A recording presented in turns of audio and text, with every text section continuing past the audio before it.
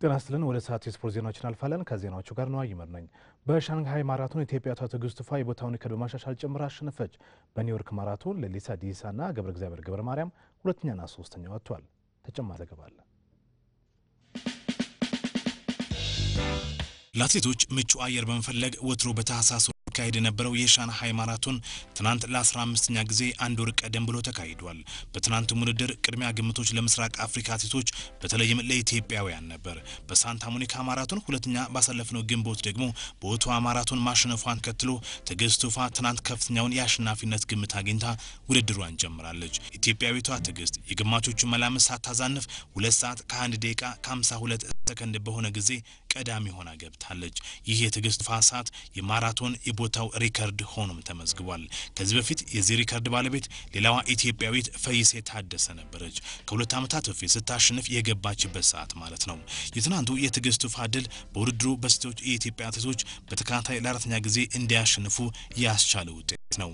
ኬንያዊቷ ካሮሊን ኬቢል ሁለተኛ ስትወጣ፣ ሌላዊት ኢትዮጵያዊት መስከረም መኮንን ሶስተኛ ደረጃ መያዝ አጠናቃለች። እስከ 7ኛ ያለውም ደረጃ የኢትዮጵያውያን አትሌቶች ነው። በወንዶቹ ምድብ 2008 ላይ ባለም ወጣቶች ሻምፒዮና ለኢትዮጵያ በ5000 ሜትር ወርቅ ያስገኘው አብርሃም ጨርቆሴ ሁለተኛ መሆን ውድድሩን አጠናቋል። ከተሳታፊ አትሌቶች የተሻለ ሰዓት የነበረው እንደሻው ነጋሲ አራተኛ ሆኗል።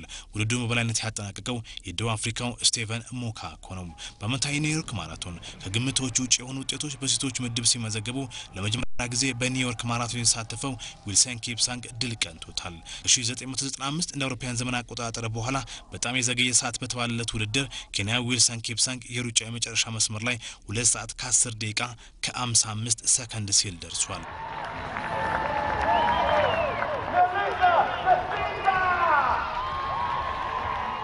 11 ሰከንዶች ብቻ ከኪፕሳንግ የዘገየው ኢትዮጵያዊ ለሊሳ ዲሳ ሁለተኛ ሲወጣ 2010 ላይ በዚህ የኒውዮርክ ማራቶን ባለድል የነበረው ገብረ እግዚአብሔር ገብረ ማርያም ሶስተኛ ሆኗል።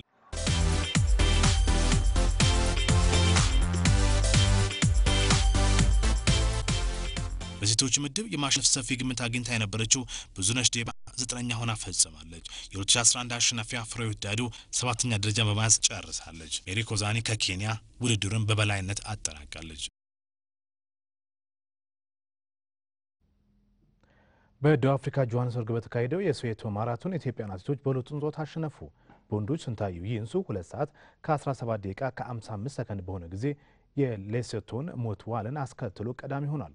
ውድድሩ አስቸጋሪ ቢሆንም አሸንፊያለሁ፣ ነገሮች እንዳቀርናቸው ሆኗል። ባለድሉ ስንታየው ከውድድሩ በኋላ አስተያየቱን ሰጥቷል።